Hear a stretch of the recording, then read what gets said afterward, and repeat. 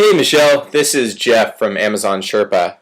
Brad asked me to make a quick video for you to demonstrate some of your missed opportunity on Amazon. So first I'll walk through your competition's weakness, and then I'll show you some opportunities for you to pretty much dominate that market. I'm on your site here, and I went ahead and looked you up on Amazon for this Hydr bottle, and I saw that you have a listing already up. You've got some images, some copy, a good amount of reviews. I think it's awesome that you have some traction. I think that there are even some additional things that we could be doing to really boost your listing here. So I went ahead and searched for, I started off in sports water bottles and looked up that, but it turned out water mug was a better keyword to bring up more relevant competition. So after that, I went and hit Jungle Scout. Jungle Scout is, you may know from Amazon, but it's an Amazon-compatible software. It's got a Chrome extension, and it basically gathers data from this whole page and relevant products and gives us some of the more important metrics so that we can understand the market better for your specific niche. So I hit that, and it gave us the product name and price, some of the estimated sales and revenue for your competition, their sales rank. And so I downloaded the CSV file of it. And let's go ahead and go over here. And we'll get rid of some of this. Go ahead and put a filter on that. And let's sort by revenue. So these two did not come through. Let's get rid of those. Alright, so here is some of your competition in order of descending revenue, and one in particular caught my eye. This one, Hydro Flask, the vacuum insulated stainless steel water bottle.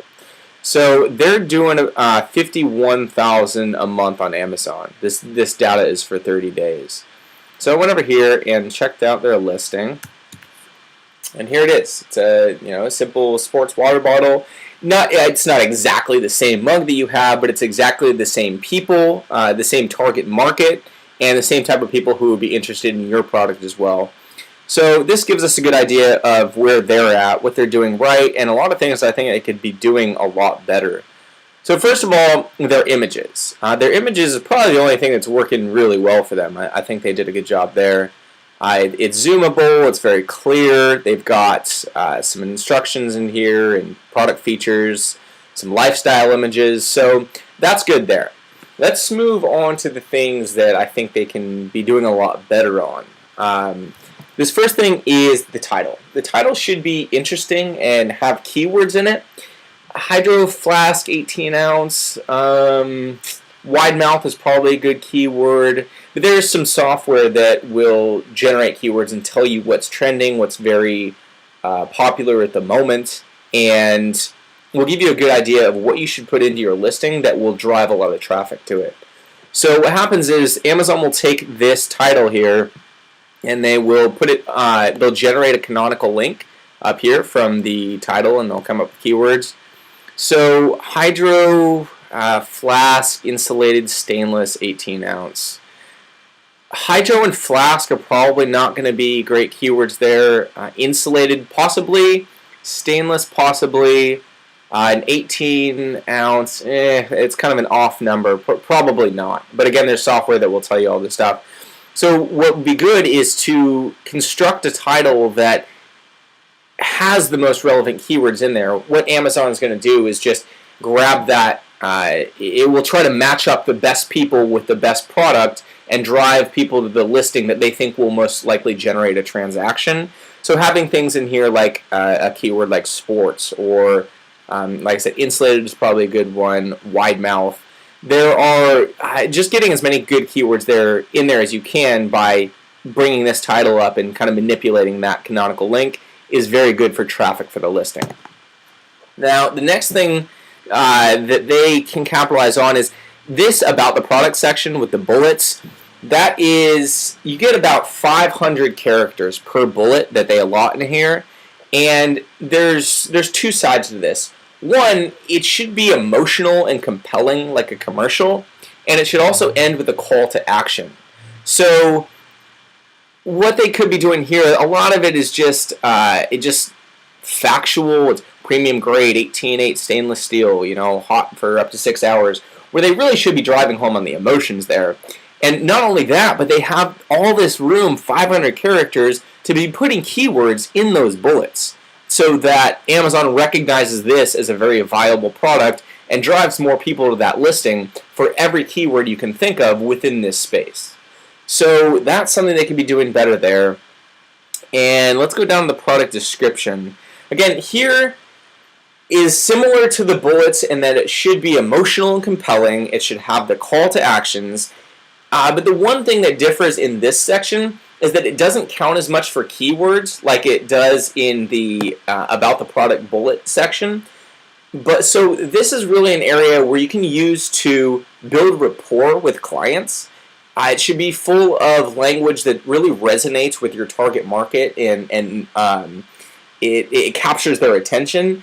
And it should be aesthetically pleasing. I mean, this is just four lines of kind of boring factual text that doesn't grab any attention. It should be spaced out. There should be actual bullet points there that just make it more readable to the eye. So another thing that they could be doing really well, I mean, they have the sales, they're doing $51,000 a month, but they are making some major mistakes that can be capitalized on, and they're missing large parts of the market that are out there by not doing these things. So, I mean, your product can totally beat out the competition simply by getting these basics right, and we can take that off your plate. So let's go down. There's two more sections here. One is the customer questions and answers, and they're doing okay. They've got only 6. I mean, for their amount of sales, they should have much more than 6. Many more than 6. But it seems like they're not capitalizing on this section. Is for two things. One, you should definitely have some in there, and it's an effective way to increase traffic and conversion. And so the two parts are, one, it scores you free points with your customers and builds loyalty by you going in there and answering, hey, Sally, thanks for asking this. Of course, we have this and this specs, and giving them some information.